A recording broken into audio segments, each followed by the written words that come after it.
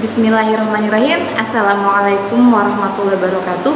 Apa kabar anak-anak? Semoga kalian sehat, tetap semangat belajarnya dan dalam lindungan Allah Subhanahu wa taala. Saya Sri Wahyuni. Di sini saya akan membahas kimia untuk SMK kelas 10 dengan subbab konsep mol.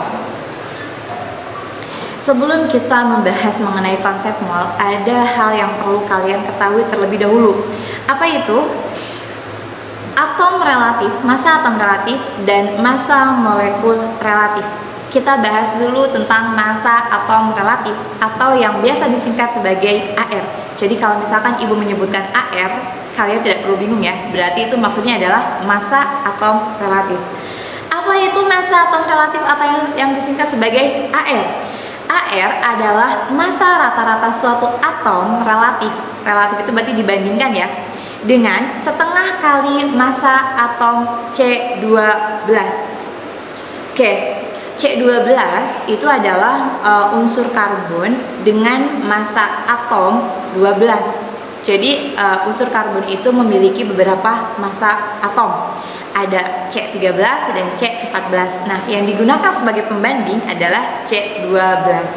Oke, gimana untuk menentukan atom relatif suatu unsur?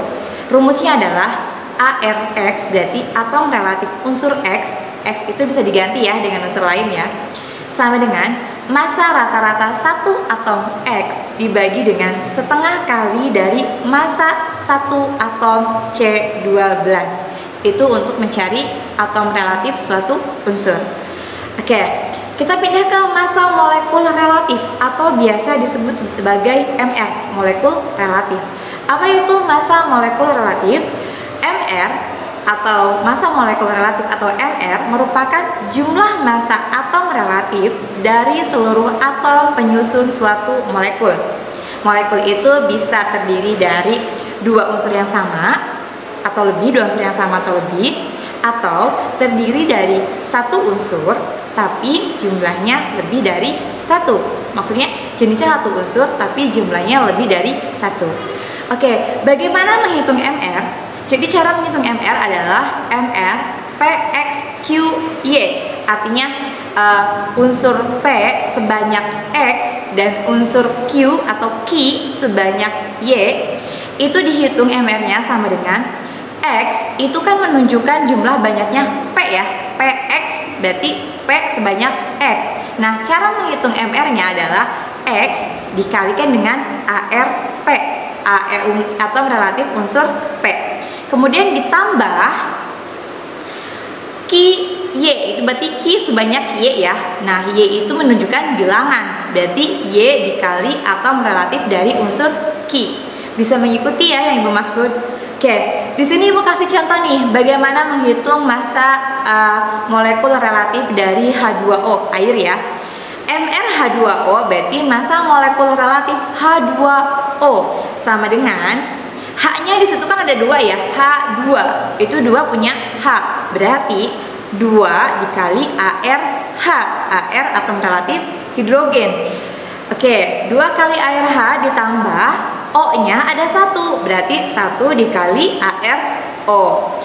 Oke, nanti di data diketahui bahwa atom relatif hidrogen datanya itu ada di tabel periodik unsur atau sistem periodik unsur.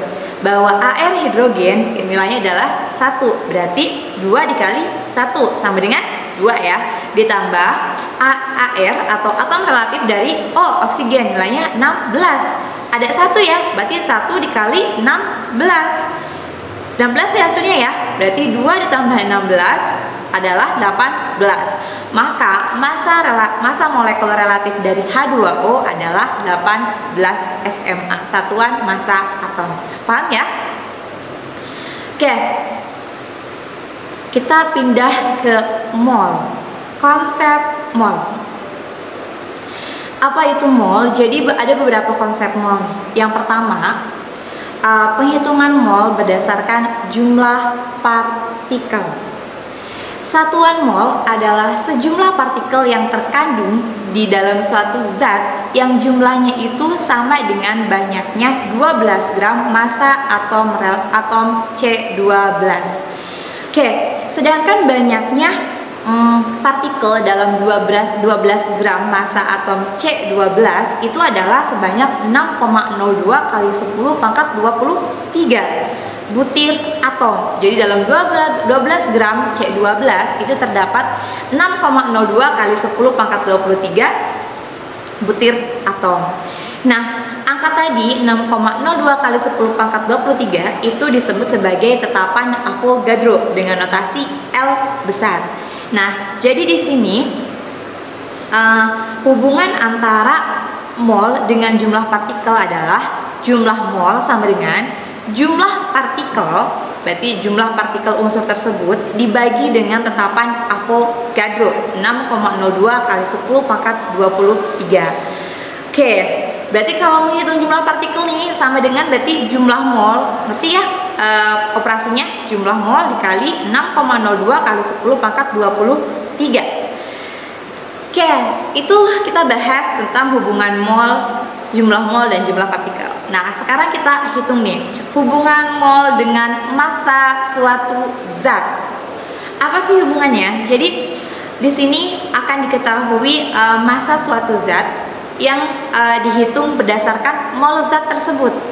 Nah, di sini ada massa molar atau massa 1 mol zat adalah massa atom relatif dari zat tersebut, kemudian atau massa rumus relatif, molekul relatif, jadi AR atau MR, kemudian dinyatakan dalam gram, dalam satuan massa.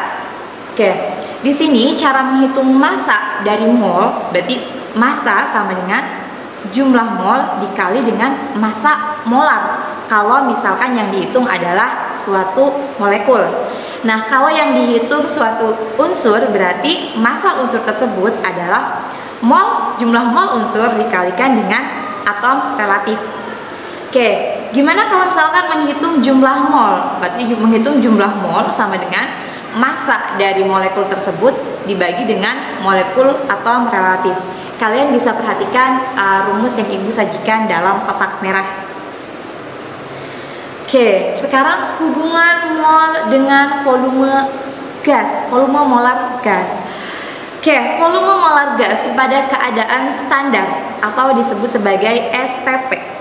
Jadi volume molar atau volume 1 mol gas pada keadaan standar atau STP yaitu pada suhu 0 derajat Celcius. Jadi STP itu keadaan standar itu suhunya 0 derajat Celcius dan tekanannya 1 atmosfer adalah 22,4 liter.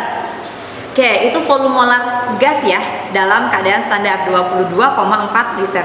Jadi kalau misalkan kita menghitung nih jumlah mol dari suatu unsur atau suatu senyawa, maka jumlah molnya adalah volume gas, berarti volume gas unsur atau senyawa tersebut dibagi dengan 22,4 liter. Paham ya? Tapi semuanya harus dilakukan dalam keadaan STP, dalam keadaan standar. Oke. Sekarang kita bahas mengenai volume molar gas pada tekanan tidak standar. Volume gas pada suhu dan tekanan tertentu jadi suhunya bukan 0 derajat Celcius dan tekanannya bukan 1 atmosfer. Gimana cara menghitung volumenya? Jadi pakainya rumusnya adalah P dikali V, berarti P itu tekanan, V volumenya, sama dengan N itu jumlah molnya dikali dengan R, tetapan R, dan dikali dengan T dengan suhunya. Oke. Kita pindah ke volume gas yang diukur pada kondisi lain. Kita pakai persamaan V1 per N1 sama dengan V2 per N2. Berarti volume gas unsur atau molekul yang satu per jumlah mol unsur atau molekul ke satu sama dengan volume unsur atau senyawa atau molekul yang kedua dibagi dengan jumlah mol unsur atau molekul yang kedua. Oke, nah selanjutnya kita bahas hubungan mol dengan molaritas. Ada istilah baru nih, molaritas. Apa itu molaritas? Molaritas menunjukkan banyaknya mol zat terlarut dalam setiap 1 liter larutan. Jadi berapa sih banyaknya jumlah zat terlarut dalam 1 liter larutan? Oke, Menghitung molaritas adalah rumusnya ya, jumlah mol zat terlarut dibagi dengan volume larutannya. Jadi molaritas sama dengan jumlah mol terlarut dibagi dengan volume larutan. Oke, sekarang menentukan kadar unsur dalam suatu senyawa. Kalian harus bisa bedakan ya, mana unsur, mana senyawa nih. Kayak misalkan H2O. H2O itu senyawa ya, air. Nah, unsurnya, penyusunnya adalah H, hidrogen, dan oksigen. Oke, di sini nih ada contoh menentukan kadar unsur A dalam senyawa AMBN. A sebanyak M, B sebanyak N. Itu adalah massa dari atom relatif A, massa atom relatif A, berarti ARA dibagi dengan massa molekul dari senyawanya. Jadi massa molekul relatif AMBN kemudian dikalikan dengan 100%. Nah, itu menghitung persentase suatu unsur dalam suatu senyawa. Kalian bisa mengikuti ya. Nah, kalau misalkan tadi kan persentase ya. Nah, gimana kalau misalkan menghitung massanya? Massa unsur A dalam senyawa AMBN. Nah, rumusnya adalah atom relatif A, massa atom relatif A dibagi dengan molekul relatif senyawanya. Jadi atom relatif unsur dibagi dengan massa molekul unsur dikali dengan massa dari senyawanya, massa dari AMBN. Bisa kalian ikuti ya rumus yang Ibu sajikan? Oke, sekian dari Ibu, semoga kalian bisa mengikuti dan paham. Wassalamualaikum warahmatullahi wabarakatuh.